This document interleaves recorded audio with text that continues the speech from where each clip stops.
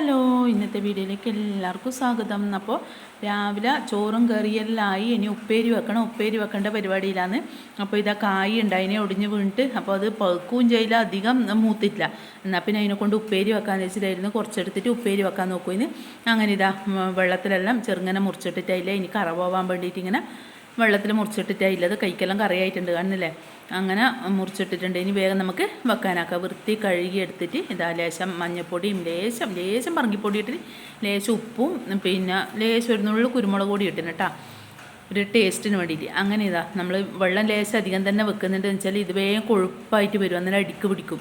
അതുകൊണ്ട് പിന്നെ ലേശം വെള്ളം അധികം തന്നെ വെച്ചിന്.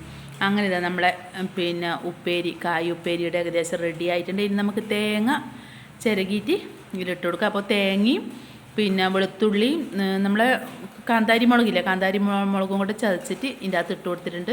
നല്ല രസമാണ് കേട്ടോ. ആ കാന്താരി മുളകിൻ്റെ ആ വെളുത്തുള്ളിൻ്റെയും മണവും ഇതുകൊണ്ട് നല്ല ടേസ്റ്റാണ്. പിന്നെ വറുത്തിടണമെങ്കിൽ കടുക് വറുത്തിടാം, ഇല്ലെങ്കിൽ പച്ച വെളിച്ചെണ്ണ നനച്ചാൽ മതി. ഞാൻ ലേശം പച്ച വെളിച്ചെണ്ണ നനക്കും. ഇതിന് നല്ല ടേസ്റ്റാണ് കേട്ടോ, നല്ല രസമാണ്. അപ്പോൾ ആ കാന്താരി മുളകും പിന്നെ വെളുത്തുള്ളിയും തേങ്ങയും എല്ലാം കൂടി ഇതിന് നല്ല ഇങ്ങനെ യോജിച്ച് വരുമ്പോഴത്തേക്ക് നല്ല ടേസ്റ്റാണ്, നല്ല രുചിയാണ്. അങ്ങനെ ഇതാ നമ്മൾ ഉപ്പേരിയെല്ലാം ഏകദേശം റെഡി ആയിട്ടുണ്ട്.